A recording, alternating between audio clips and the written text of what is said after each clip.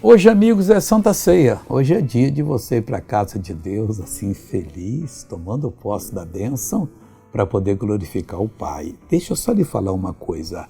A palavra de Deus diz em Romanos, capítulo 5, versículo 2, algo muito bonito. Termina dizendo que nós temos paz com Deus. E começa assim, pelo qual também temos entrada pela fé a esta graça. Que graça? De sermos justificados pela fé em Cristo, para ter paz, na qual estamos firmes.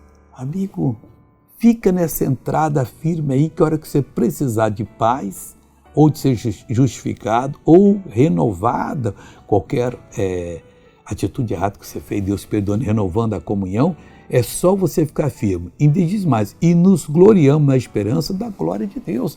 Deus tem uma esperança que a glória dele será justificada pelo que ele fez em você. Não traia o Senhor Deus, tá bom? Vamos ver essa pessoa que foi abençoada, eu já volto para orar com você. Meu irmão, eu cheguei aqui aos trancos e barrancos, mas agora eu estou bem. Não podia baixar, não podia... Deixa eu ver. Agora, então abaixa aí agora, abaixa. Você não fazia isso, Pedro? Até onde você abaixava antes da oração? Não conseguia, não. O pouquinho que você conseguia, só assim.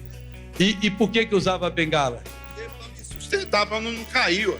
E agora pode andar sem ela? Agora eu posso andar sem ela, eu já deixei ela lá, eu vim aqui agora, eu só vou deixar ela. Não, aqui você vai levar e pôr na sua sala lá. Anda agora, Pedro, desse jeito. Anda. Pai, eu oro em nome de Jesus em favor desse cidadão. Eu proíbo o inimigo de tocar nessa pessoa.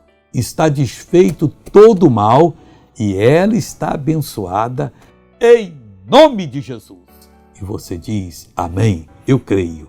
Olha, que Deus abençoe você e tenha firmeza, porque Deus está do seu lado. Vá para a igreja e tenha uma linda comunhão com o Senhor. Amém.